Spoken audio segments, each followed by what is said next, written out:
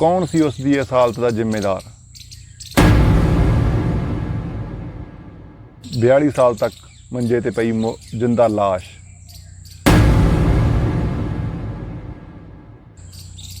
क्यों मंगी जा रही सी उसनू जानों मारन की मंग भारत सरकार कोलों।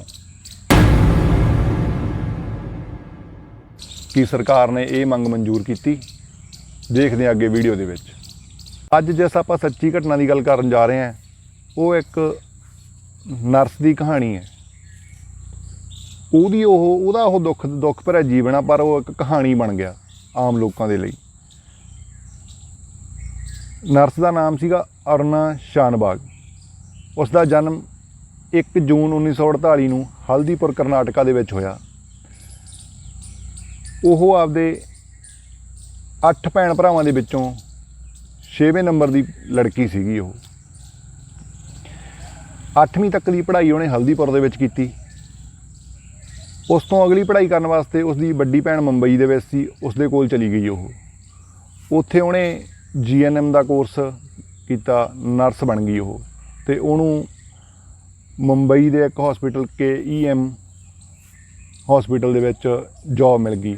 हॉस्पिटल का पूरा नाम किंग एडवर्ड मेडिसिटी हॉस्पिटल दे विच 23 साल की उम्र दे विच स्टाफ जूनीयर नर्स के रूप दे विच उत्थे भर्ती हो गई।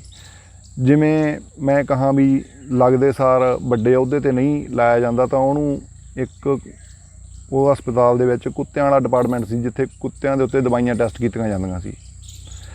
उस दे विच उसदी ड्यूटी ला दी गई। सच्ची ते एक ईमानदार कुड़ी सी अरुणा। बहुत तनदेही दे नाल ओह आपदी जॉब दे वास्ते पैशनेट सीगी। ओह बहुत ईमानदारी नाल आपदी जॉब नूं निभाउंदी सी ते दूजिआं नूं भी यही सेध दिंदी सी भी तुसीं भी ईमानदारी नाल जॉब करो। जे तुसीं जॉब ते आए हो तो जॉब ही करो, नौकरी ही करो। जे तुसीं नौकरी ते आए हो,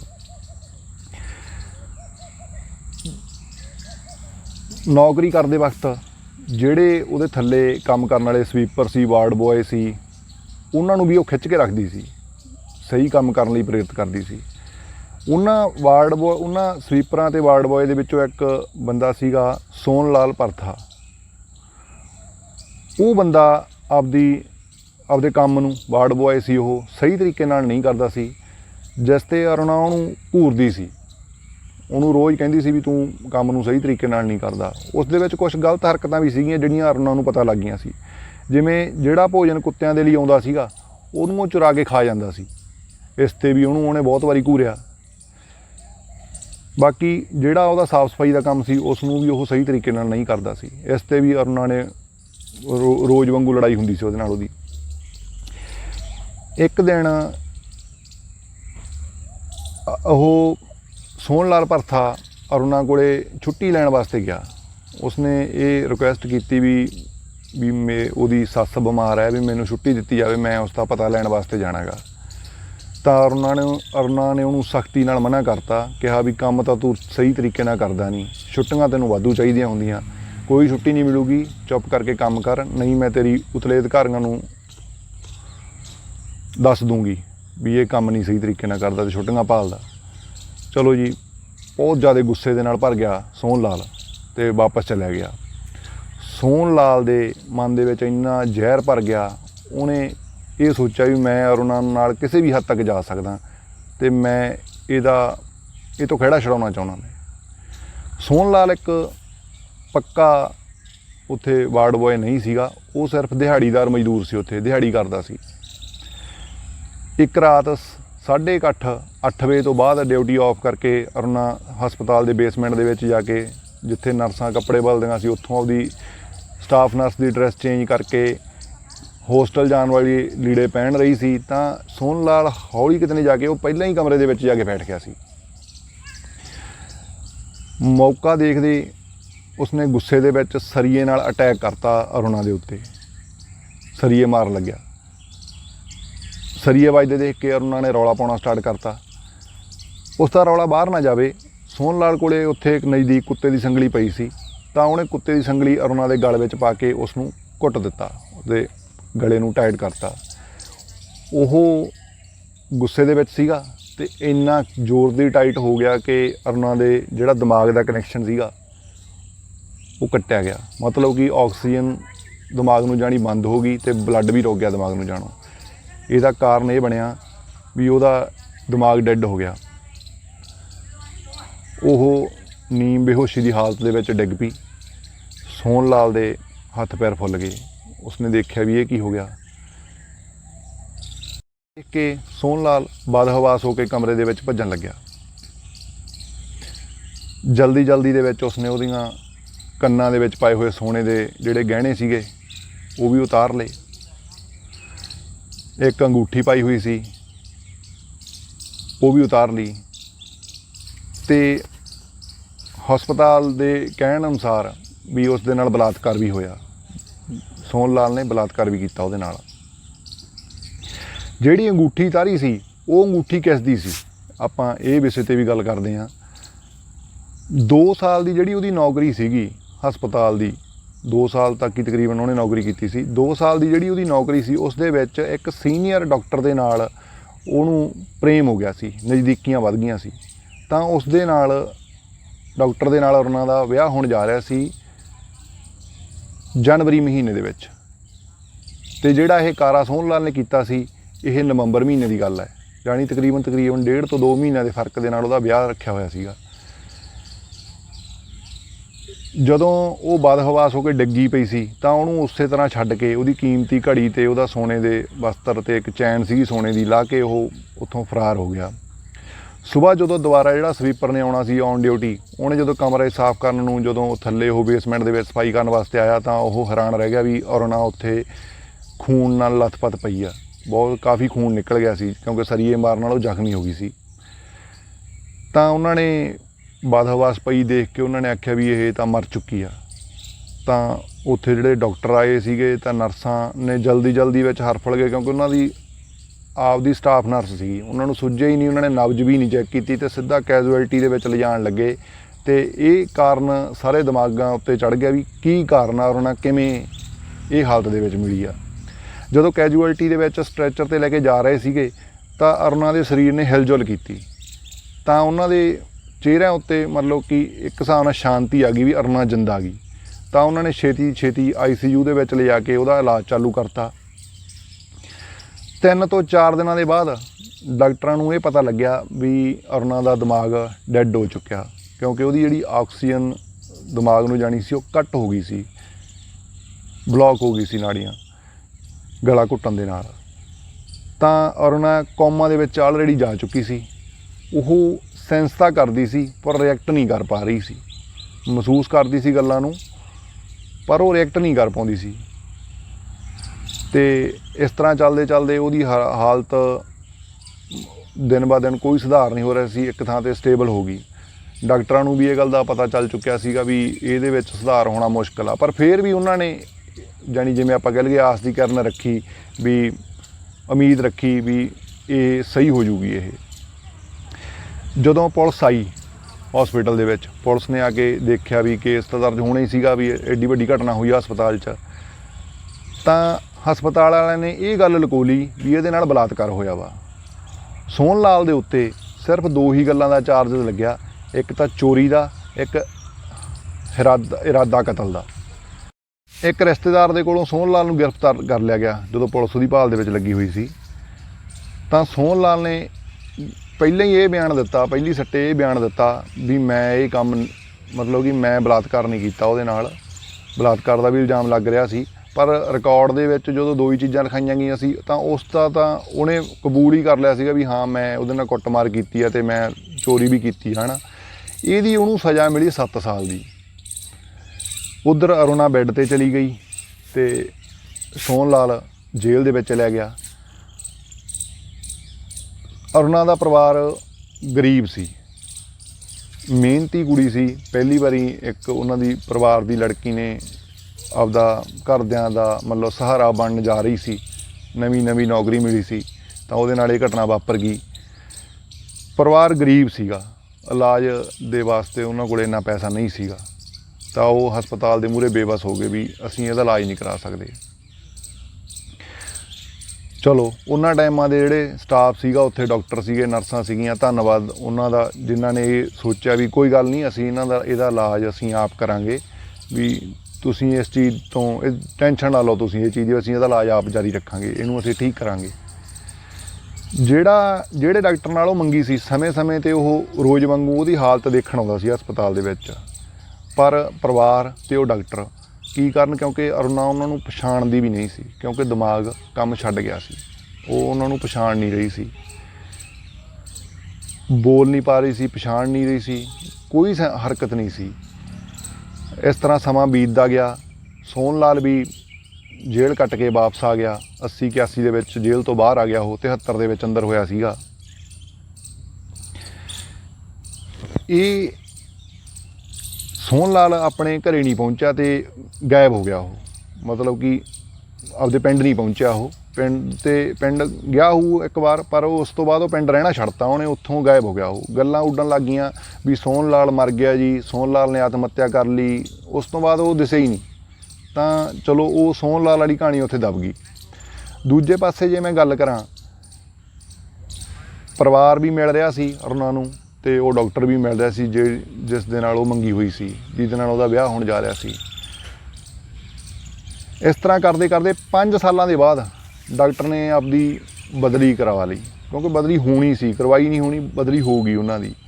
ਤਾਂ ਕਿਸੇ ਹੋਰ ਹਸਪਤਾਲ ਦੇ ਵਿੱਚ ਉਹ ਚਲੇ ਗਏ। ਤਾਂ ਹੌਲੀ ਹੌਲੀ ਅਰੁਣਾ ਨੂੰ ਉਹ ਭੁੱਲ ਗਏ, ਕਿਉਂਕਿ ਅਰੁਣਾ ਇੱਕ ਬੀਤਾ ਕੱਲ ਹੋ ਚੁੱਕੀ ਸੀ ਉਹਨਾਂ ਦੇ ਲਈ, ਤੇ ਬਾਕੀ ਉਹ ਪਛਾਣ ਵੀ ਨਹੀਂ ਰਹੀ ਸੀ ਉਹਨਾਂ ਨੂੰ।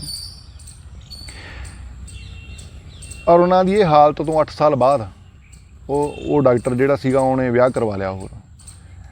ਇੱਕ ਪੱਤਰਕਾਰ ਨੇ ਉਹਨਾਂ ਦੇ ਨਾਲ ਬਾਅਦ 'ਚ ਇੰਟਰਵਿਊ ਕੀਤੀ ਤੇ ਉਹਨਾਂ ਨੇ ਇਹ ਗੱਲ ਉੱਥੇ ਐਕਸੈਪਟ ਕੀਤੀ ਵੀ ਅਰੁਣਾ ਉਹਨਾਂ ਦੀ ਜ਼ਿੰਦਗੀ ਦਾ ਇੱਕ ਸੁਨਹਿਰਾ ਹਿੱਸਾ ਗਾ, ਜਿਸ ਨੂੰ ਉਹ ਭੁੱਲ ਨਹੀਂ ਸਕਦੇ। ਅੱਜ ਵੀ ਉਹ ਦੁਖੀ ਹੋ ਜਾਂਦੇ ਆ ਉਸ ਦੇ ਬਾਰੇ ਸੋਚ ਕੇ, ਉਸ ਦੀ ਇਹ ਹਾਲਤ ਬਾਰੇ ਸੋਚ ਕੇ। ਜਦੋਂ ਵੀ ਉਹ ਕਹਿੰਦੇ TV ਦੇ ਉੱਤੇ ਅਰੁਣਾ ਦਾ ਨਾਂ ਚੱਲਦਾ ਜਾਂ ਕਿਸੇ ਮੀਡੀਆ ਦੇ ਕਿਸੇ ਵੀ ਸੋਰਸ ਦੇ ਥਰੂ ਉਹਦਾ ਨਾਂ ਆਉਂਦਾ, ਤਾਂ ਉਹਨੂੰ ਫੋਲੋ ਕਰਦੇ ਆ ਉਹ ਖਬਰ ਨੂੰ ਵੀ ਅਰੁਣਾ ਦਾ ਕੀ ਬਣਿਆ। ਸਮੇਂ ਸਮੇਂ 'ਤੇ ਉਹਨਾਂ ਨੇ ਮੀਡੀਆ ਦੇ ਰਾਹੀਂ ਉਹਨਾਂ ਨੂੰ ਪਤਾ ਚੱਲਦਾ ਰਿਹਾ ਵੀ ਅਰੁਣਾ ਦੀ ਹਾਲਤ ਦੇ ਵਿੱਚ ਕੋਈ ਸੁਧਾਰ ਨਹੀਂ ਹੋ ਰਿਹਾ। ਇਸੇ ਤਰ੍ਹਾਂ ਪਰਿਵਾਰ ਪਹਿਲ ਤਾਂ ਮਿਲਦਾ ਰਿਹਾ, ਮੁੜ ਕੇ ਉਹ ਵੀ ਮਿਲਣੋਂ ਹਟ ਗਏ। ਹੁਣ ਸਾਰੀ ਜ਼ਿੰਮੇਵਾਰੀ ਆ ਗਈ ਸੀ KEM ਹਸਪਤਾਲ ਦੇ ਸਟਾਫ ਦੇ ਉੱਤੇ, ਜਿਹੜਿਆਂ ਨੇ ਉਹਨਾਂ ਦੀ ਹਾਲਤ ਜਿਹੜੀ ਉਹਨਾਂ ਦੇ ਸਾਹਮਣੇ ਸੀਗੀ ਉਹਨਾਂ ਨੇ ਉਹਦੀ ਕੇਅਰ ਕਰਨੀ ਸਟਾਰਟ ਕੀਤੀ। ਸਮੇਂ ਸਮੇਂ ਸਿਰ ਉਹਨਾਂ ਦੀਆਂ ਜਿਹੜੀਆਂ ਨਰਸਾਂ ਸੀਗੀਆਂ, ਅਸੀਂ ਧੰਨਵਾਦੀਆਂ ਉਹਨਾਂ ਦੇ ਆਪਦੇ ਵੱਲੋਂ ਵੀ, ਜਿਨ੍ਹਾਂ ਨੇ ਇਨਸਾਨੀਅਤ ਦੇ ਨਾਤੇ ਪੂਰੇ ਉਹ ਡਾਕਟਰੀ ਸਟਾਫ ਤੇ ਨਰਸਾਂ ਨੇ ਉਹਨੂੰ ਸਾਂਭਿਆ। ਉਹਨਾਂ ਨਰਸਾਂ ਦੀ ਇੰਨੀ ਕੁ ਜ਼ਿਆਦਾ ਉਹਦੇ ਨਾਲ ਅਟੈਚਮੈਂਟ ਜੁੜ ਚੁੱਕੀ ਸੀ, ਉਹਨਾਂ ਨੂੰ ਪਤਾ ਲੱਗ ਗਿਆ ਸੀ ਵੀ ਅਰੁਣਾ ਨੂੰ ਕਿਹੜੇ ਗਾਣੇ ਸੁਣਨੇ ਪਸੰਦ ਆ, ਕਿਹੜਾ ਖਾਣਾ ਉਹਨੂੰ ਖਾਣਾ ਪਸੰਦ ਆ, ਤੇ ਕਿਹੜੇ ਸਮੇਂ ਉਹਦੇ ਜਿਹੜਾ ਮੂਡ ਆ ਕਿਸ ਤਰ੍ਹਾਂ ਦਾ ਹੁੰਦਾ ਗਾ। ਅਰੁਣਾ ਦਾ ਜਿਹੜਾ ਜਨਮ ਦਿਨ ਸੀਗਾ ਉਹਨੂੰ ਵੀ ਉਹ ਆਪਦੇ ਪੱਧਰ 'ਤੇ ਮਨਾਉਂਦੇ ਸੀਗੇ ਹਸਪਤਾਲ ਦੇ ਵਿੱਚ। ਇੱਕ ਕਮਰੇ ਦੇ ਵਿੱਚ ਸਾਰਾ ਸਟਾਫ ਛੋਟੇ ਪੱਧਰ 'ਤੇ ਅਰੁਣਾ ਦਾ ਜਨਮ ਦਿਨ ਮਨਾਉਂਦੇ ਸੀ। ਉਹਨੂੰ ਨੌਨ ਵੈਜ ਖਾਣਾ ਪਸੰਦ ਸੀ ਅਰੁਣਾ ਨੂੰ, ਤਾਂ ਨੌਨ ਵੈਜ ਫਿਸ਼ ਕੜੀ ਜ਼ਿਆਦਾ ਪਸੰਦ ਸੀ, ਫਿਸ਼ ਕੜੀ ਖਵਾਈ ਜਾਂਦੀ ਸੀ ਉਸ ਦਿਨ ਉਹਨੂੰ। ਫਿਰ ਹਸਪਤਾਲ ਸਟਾਫ ਨੇ ਸੋਚਿਆ ਵੀ ਇਸ ਦੀ ਆਊਟਿੰਗ ਕਰਵਾਈ ਜਾਵੇ, ਵੀ ਇਸ ਨੂੰ ਵਾਰਡ ਨੰਬਰ 4 ਦੇ ਵਿੱਚ ਉਹ ਕਮਰੇ ਦੇ ਵਿੱਚ ਦਾਖਲ ਸੀ ਤਾਂ ਇਹਨੂੰ ਬਾਹਰ ਲਿਜਾਇਆ ਜਾਵੇ, ਤਾਂ ਜੋ ਇਸ ਦਾ ਮਾਹੌਲ ਚੇਂਜ ਹੋ ਸਕਦਾ ਵੀ ਇਹ ਠੀਕ ਹੋ ਜੇ, ਕਿਉਂਕਿ ਉਹਨਾਂ ਨੇ ਫਿਰ ਵੀ ਆਸ ਨਹੀਂ ਛੱਡੀ ਸੀ। ਉਹ ਜਦੋਂ ਵਾਰਡ ਨੰਬਰ 4 ਦੇ ਵਿੱਚੋਂ ਅਰੁਣਾ ਨੂੰ ਵੀਲ ਚੇਅਰ 'ਤੇ ਬਾਹਰ ਲੈ ਕੇ ਆਇਆ ਕਰਨ, ਤਾਂ ਜਿਹੜੇ ਉੱਥੇ ਲੋਕ ਹਸਪਤਾਲ ਦੇ ਵਿੱਚ ਆਉਂਦੇ ਸੀ ਇਲਾਜ ਵਾਸਤੇ, ਉਹ ਉਂਗਲਾਂ ਕਰਨ ਲੱਗ ਜਾਂਦੇ ਸੀ ਅਰੁਣਾ ਦੇ ਬੈਠੀ ਦੇ ਉੱਤੇ ਵੀ ਇਹ ਉਹ ਕੁੜੀ ਆ। ਪਰ ਅਰੁਣਾ ਨੂੰ ਸ਼ਾਇਦ ਇਹ ਮਹਿਸੂਸ ਹੁੰਦਾ ਸੀ ਵੀ ਇਹ ਮੇਰੇ ਵੱਲ ਉਂਗਲਾਂ ਕਰ ਰਹੇ ਆ, ਵੀ ਇਹ ਉਹ ਕੁੜੀ ਆ ਜਿਹਦੇ ਨਾਲ ਇਹ ਘਿਨਾਉਣੀ ਹਰਕਤ ਹੋਈ ਵੀ ਆ। ਤਾਂ ਉਹ ਚਿੜ ਜਾਂਦੀ ਸੀ ਅੰਦਰੋਂ ਅੰਦਰੀ, ਅਤੇ ਉਹ ਬਿਮਾਰ ਹੋ ਜਾਂਦੀ ਸੀ। ਡਾਕਟਰਾਂ ਨੇ ਇਹ ਗੱਲ ਨੋਟ ਕੀਤੀ ਵੀ ਇਹ ਬਿਮਾਰ ਉਦੋਂ ਹੁੰਦੀ ਹੈ ਜਦੋਂ ਉਹਨੂੰ ਬਾਹਰ ਲੈ ਕੇ ਜਾਂਦੇ ਹਾਂ, ਵੀ ਇਹ ਗੁੱਸਾ ਕਰਦੀ ਆ, ਕਿਉਂਕਿ ਉਹਦੇ ਦਿਮਾਗ ਦੇ ਉੱਤੇ ਉਹ ਜਿਹੜਾ ਸੀਨ ਸੀਗਾ ਉਹ ਚੱਲ ਰਿਹਾ ਸੀ, ਵਾਰੀ ਰਿਪੀਟ ਹੋ ਰਿਹਾ, ਉਹ ਦੁੱਖ ਦੇ ਵਿੱਚੋਂ ਨਿਕਲ ਨਹੀਂ ਰਹੀ ਸੀ ਬਾਹਰ। ਜਿੰਨੀ ਕਿ ਉਹਦੀ ਬੁੱਧੀ ਬਚੀ ਸੀ, ਦਿਮਾਗ ਤਾਂ ਨਹੀਂ ਖਤਮ ਹੀ ਸੀਗਾ ਉਹਦਾ। ਉਹਨਾਂ ਨੇ ਉਹਨੂੰ ਬਾਹਰ ਲਿਜਾਣਾ ਬੰਦ ਕਰਤਾ, ਕਮਰੇ ਦੇ ਵਿੱਚ ਹੀ ਰੱਖਿਆ। ਪਰ ਜਿਹੜੀ ਕਮਰੇ ਦੀ ਖਿੜਕੀ ਆ ਉਸੇ ਤਰ੍ਹਾਂ ਹੀ ਇਹ ਦਸਤੂਰ ਜਾਰੀ ਰਿਹਾ ਵੀ ਜਿਹੜੇ ਲੋਕ ਉੱਥੋਂ ਗੈਲਰੀ ਬਰਾਂਡੇ ਦੇ ਵਿੱਚੋਂ ਲੰਘਦੇ ਸੀ ਉਹ ਫਿਰ ਬਾਰੀ ਦੇ ਉੱਤੇ ਖੜ੍ਹ ਕੇ ਉਹਨੂੰ ਦੇਖਣ ਲੱਗ ਜਾਂਦੇ ਸੀ। ਇਸ ਚੀਜ਼ ਨਾਲ ਫਿਰ ਉਹਨੂੰ ਡਿਸਟਰਬ ਹੋ ਜਾਂਦੀ ਸੀ। ਤਾਂ ਉਹਨਾਂ ਨੇ ਹਸਪਤਾਲ ਨੇ ਉਹ ਬਾਰੀ ਵੀ ਬੰਦ ਕਰਾਤੀ। ਇਸ ਤਰ੍ਹਾਂ ਦਿਨ ਟੱਪਦੇ ਗਏ। ਹਸਪਤਾਲ ਦੇ ਵਿੱਚ ਪਏ ਹੋਏ 32 ਸਾਲਾਂ ਬਾਅਦ ਅਰੁਣਾ ਦੇ ਕੋਲ ਇੱਕ ਰਾਈਟਰ ਆਈ, ਲੇਖਿਕਾ ਸੀਗੀ ਪਿੰਕੀ ਵਿਰਾਨੀ। ਉਹਨਾਂ ਨੇ ਉਹਦੀ ਕੰਡੀਸ਼ਨ ਦੇ ਉੱਤੇ ਕਿਤਾਬ ਲਿਖਣੀ ਸਟਾਰਟ ਕੀਤੀ। ਅਰੁਣਾਜ ਸਟੋਰੀ ਬੁੱਕ ਦਾ ਨਾਮ ਸੀਗਾ। ਉਹਨਾਂ ਨੇ ਜਦੋਂ ਉਹਦੀ ਹਾਲਤ ਦੇਖੀ, ਉਹਨਾਂ ਨੂੰ ਬਹੁਤ ਤਰਸ ਆਇਆ ਉਹਦੇ ਉੱਤੇ, ਤਾਂ ਉਹਨਾਂ ਨੇ ਸੁਪਰੀਮ ਕੋਰਟ ਦੇ ਵਿੱਚ ਇੱਕ ਅਰਜੀ ਦਾਖਲ ਕੀਤੀ ਵੀ ਅਰੁਣਾ ਨੂੰ ਸਵੈ ਇੱਛਾ ਮੌਤ ਦਿੱਤੀ ਜਾਵੇ, ਕਿਉਂਕਿ ਉਹ ਰਿਸਪੌਂਸ ਨਹੀਂ ਕਰ ਰਹੀ ਸੀ। ਖਾਣਾ ਪਾਈਪ ਰਾਹੀਂ ਦਿੱਤਾ ਜਾ ਰਿਹਾ ਗਾ, ਕੋਈ ਰਿਸਪੌਂਸ ਨਹੀਂ ਬੋਡੀ ਦਾ। 32 ਸਾਲ ਹੋ ਗਏ, ਇੱਕ ਜਿੰਦਾ ਲਾਸ਼ ਬਣੀ ਬੈੱਡ ਦੇ ਉੱਤੇ ਪਈ ਆ ਉਹ। ਸੁਪਰੀਮ ਕੋਰਟ ਦੇ ਵਿੱਚ ਇਹ ਅਰਜੀ ਲੱਗੀ ਤਾਂ ਸੁਪਰੀਮ ਕੋਰਟ ਨੇ ਸਮਾਂ ਪੈ ਕੇ ਜਿਹੜੀ ਉਹ ਅਰਜੀ ਨੂੰ ਰਿਫਿਊਜ਼ ਕਰਤਾ, ਮਤਲਬ ਉਹਨਾਂ ਨੇ ਮਨਾ ਕਰਤਾ ਵੀ ਨਹੀਂ, ਇਸ ਤਰ੍ਹਾਂ ਨਹੀਂ ਹੋਣਾ, ਇੰਡੀਆ ਦੇ ਵਿੱਚ ਇਹ ਕਾਨੂੰਨ ਨਹੀਂ ਹੈਗਾ। ਉਹਨਾਂ ਨੇ ਇਹ ਹਵਾਲਾ ਦਿੱਤਾ ਵੀ ਆਰਟੀਕਲ 21 ਦੀ ਉਲੰਘਣਾ ਹੋ ਜੂਗੀ ਜੇ ਅਸੀਂ ਇਹ ਫੈਸਲਾ ਦਿੰਦੇ ਹਾਂ ਵੀ ਇਹਨੂੰ ਮਾਰ ਦਿੱਤਾ ਜਾਵੇ।